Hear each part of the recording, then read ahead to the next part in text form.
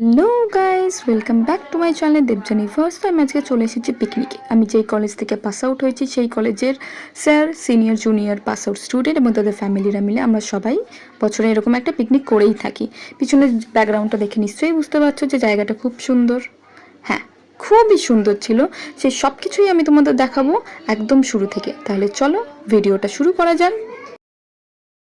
পিকনিকের স্পট ছিল আমার সমস্তপুর, যেখানে আমাকে প্রথমে বাসে করে সোনারপুর, সেখান থেকে অটোয় করে চৌহাটিমা এবং তারপর আমাদের কলেজে যেহেতু একটা টোটো ভাড়া করা ছিল তাই সেখান থেকে সমস্তপুর চলে যাব। দেখো চলে এসেছি আমরা এখানটা পিকনিক স্পটে। ভীষণই সুন্দর একটা বাগান বাড়ি ছিল যদিও বা এটা দেখতেই পাচ্ছ চারিদিকটা। এটা একদম ফ্রন্ট সাইড ছিল, মানে গেট থেকে ঢুকেই এটাই। এবার কিছু খেয়ে নেওয়া যাক, যেহেতু আমি একটু লেটেই এসেছিলাম তাই সবার খাওয়া হয়ে গেছিলো, আমি আর কয়েকজন মাত্র ছিলাম তাই খেয়ে নিলাম। ভেবো না আমার যেন লুচি তরকারি কিছুই ছিল না, সবই ছিল, কিন্তু আমরা কম করে খেলাম কারণ কিছুক্ষণ পরেই যে মেন কোর্সটা খেতে হবে। হাত ধুয়ে দেখছি এখানটায় অনেক কিছুই সাজানো গোছানো আছে, সবজি কাটা হচ্ছে, সব কিছু রান্না বান্না কিছুরই রান্নার জোগাড় করা হচ্ছে। কিছুক্ষণ পরেই যেহেতু আমরা কফি খাবো তো তার জন্য মনে হয় ওখানটায় কফি, চিকেন পকোড়া তার সাথে এবং মাছ ভাজা তৈরি হচ্ছে। চলে গিয়ে দেখি একটু। আমি এখান থেকে দেখতে পাচ্ছি ওখানে কফিটা হচ্ছে, কফিটা খুব টেস্টিও হয়েছিল। একটু পরেই কফিটা দেওয়া হবে এবং তার সাথে চিকেন পকোড়া মাছ ভাজা আছে, সেটা শুনেছি, স্যার বলেছেন। তো তার জন্য ওয়েট করতে হবে, সেগুলো এখনও তৈরি হয়নি। এখানে দেখতেই পাচ্ছ এখনও কাঁচা অবস্থায় এগুলো পড়ে আছে। চিকেন কাটা, একটা পিস করা, এটা মেন কোর্সের জন্য মাছ যেটা ভাজা হবে, এটা মাটন। বেশ সুন্দর মেনু আছে, সেগুলো পরে আস্তে আস্তে দেখতে পারবে। এই তো এখানটায় এবার কফি দেওয়া হচ্ছে। অনেকক্ষণ, আধা ঘন্টা হয়ে গেল। তোকে আমি একটা কাজ দিয়েছিলাম, তুই করেছিস?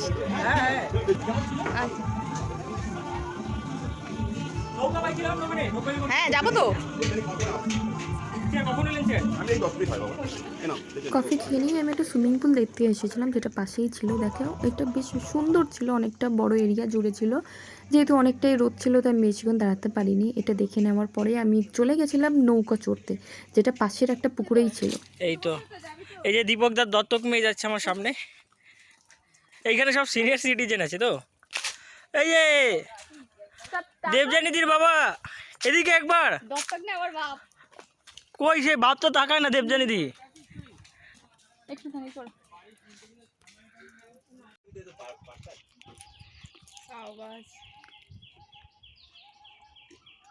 ভালো ড্রাইভার রে তুই। ঘোরাচ্ছে না। আমিও শিখবো নৌকা চালানো। আমরা পুরো ওই পাশ থেকে ঘুরে এসেছি, এরা বলে যাবে, সেই জন্য নৌকাটায় পাড়ি নিয়ে এসেছি, এখন বলে যাবো। তাই তো দাদা, হবে না, টান পড়েছে দাদা। এই ড্রামটা সরিয়ে দেন, মানে খুলতে হবে না। এই নৌকার মুখ এদিকে ঘুরে যাচ্ছে তো। যেদিকে খুশি যা, যেদিকে খুশি যা। মাঝি দাদা আমাদের বলে দিয়েছে আমরা যেদিকে খুশি যাই, কোনো সমস্যা নেই। দাদা যেদিকে নেবে, আবার পাড়ের দিকে আমরা যাচ্ছি, তাই তো? সবাই সাদা জান, উল্টো হয়ে যাচ্ছে আমি। তুমি এরকম করে টানো, এরকম করে চল। ঠিক আছে, কেমন করে চালিয়ে একটু চালিয়ে দেখাও না, না চালিয়ে দেখালে হবে না। যাও এবারে দেবজানি চালা যান। নৌকাটা কিন্তু জায়গায় ঘুরছে। এই যে দাদা, ছেড়ে দে দাদা এদিকে দাঁড়াও। আমার হাতে দাঁড়। মাঝি ঠিক করে চালান মাঝি। সামনের মাঝি তো পুরো উল্টো পাল্টা চালাচ্ছে। একজন এদিকে, ও চলছে খুব সুন্দর। জায়গাটার নাম কি? সমস্তপুর। হ্যাঁ, সমস্তপুর জায়গা। কেমন না, কেমন লেগেছে আসার সময়? জার্নিটা কেমন ছিল? এখন কেন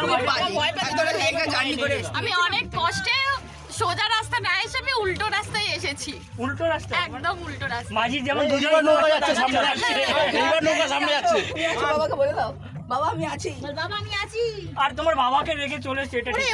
আমার বাবা তো ফেলে দাও, বাবা আমাকে ফেলে দিয়েছে। ঠিক আছে সব ঠিক আছে। এই তুমি সাঁতার জানো তো? ওদিকে কি করতে হেলবে তুমি? বাবা টেনশন করবে কিন্তু পরে। নৌরিনকে বিয়ে বিয়ে লাগবে। এই নৌরিনদি তুমি বলো, কিছু বলো। কত কষ্টে এসেছো তুমি?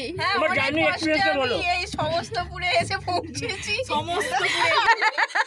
নৌকা চলছে না, দুদিকে দুজন চলছে। চলবে যদি আচ্ছা সবাই এখন হচ্ছে 50 টাকা করে দিলে নৌকা ঠিক চলবে। এই তো দাদা বলছে 50 টাকা করে 50 চাইছে। টাকাটা আগে বলবে তো, যে যার পার্স তো রেখে এসেছে। হ্যাঁ তাহলে আর হবে না, এই মাঝখানেই থাকতে হবে। তাহলে সাঁতার কেটেই যেতে হবে এই সবাই। আমাদের জিন্স প্যান্ট পরা মাঝে আগে করে জিন্স প্যান্ট পরা এই এরকম এটা সরকারের দেখা উচিত, নিশ্চয়ই দেখা উচিত এরকম করে। মাঝি এখন আমাদের মাঝ নৌকায় নিয়ে এসে মানে মাছ পুকুরে নিয়ে এসে বলছে টাকা লাগবে, আমাদের পাশে টাকা নেই। আরে নইলে নিজেরাই টানবে। এই নৌকা ঘোরা। ভাই কোন দিকে করবে? আমাদের একটু কনসেশন করো, আমরা তো দিদি হই। হ্যাঁ 50 টাকা করে। আর আমরা বোন হই। হয়ে যাচ্ছে না। ওখানে দাঁড়াও, ঘোরো বই টাকা। মা পিছন পিছন না, তোমার সামনেটা দেখাবে একটু। হ্যাঁ হ্যাঁ এই আর তো দেখবে, ছবি এই দেখবে, তো নৌকার কত সুন্দর এই হয়েছে। তো ওয়াও, ওরে কি লাগছে বাইরে। এই পড়ে যেও না যেন। সমস্ত নৌকা চালানো দেখছে বসে বসে, কিছু করার নেই। এটা ভালো পড়া, বাবা পুড়ে যাচ্ছে। এইটা ভালো লাগছে। যখন বিকেলে দিকে চলে আসবে তখন একবার উঠে বসে এই বাবু তুমি কোথায় ছিলে? তোমাকে আমরা মিস করছি। তুমি এখানে মুখে হাত নিয়ে দাঁড়িয়ে থাকলে হবে? ফোন হচ্ছে না। ফোন করেছি, অভিষেক দেবরাজা ফোন ধরছে না। একটু নিচে হও, একটু নিচে হও, আমি বিয়ে করছি। নৌকা চড়া এবার আমাদের কমপ্লিট। এবার বাগানবাড়ির বাগানটাকে তোমাদের ঘুরে দেখাবো। দেখো এখানটা এত বড় সাইজের সব গাঁদা ফুলগুলো ছিল যে আমার হাতের মুঠোর থেকেও বড়, বেশ সুন্দর। অনেক বছর পরে আমি এরকম দেখেছিলাম একদম ছোটোবেলায়, যখন আমার মামার বাড়িতে ছিল এরকম, আমার মাসি গাছ লাগাতো। ওই দেখো ওখানে ফুলকপিও চাষ হয়েছে, শুধু ফুলকপি না, ওখানে বেগুন আরও অনেক কিছু হয়েছিল। এই ফুলটার নাম আমি ঠিক জানি না কী ফুল, চারিদিকটাই ছিল। অনেক বড় গাছও ছিল, যেমন আম গাছ আমার চোখে পড়েছে। আরও অনেক গাছ ছিল যেগুলো আমি ঠিক চিনি না। দেখো ভীষণই সুন্দর চারিদিক।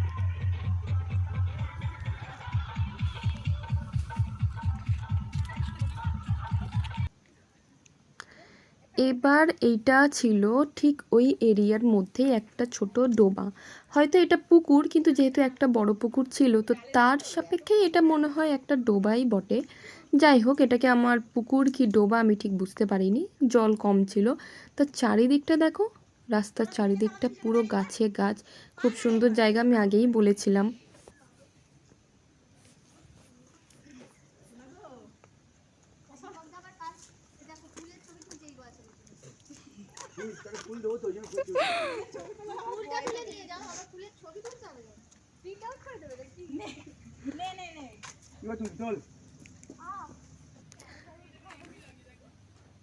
এখানে দেখো, এখানে একটা ছোট আম গাছ আছে, যেই আম গাছে মুকুল ভরা। মুকুলগুলো এতটাই সুন্দর দেখতে, জানি না কত আম হবে, কিন্তু মুকুলটা দেখতে বেশ সুন্দর লাগছিল, একদম থোকা থোকা, দেখতেই পাচ্ছ। খুবই সুন্দর জায়গা।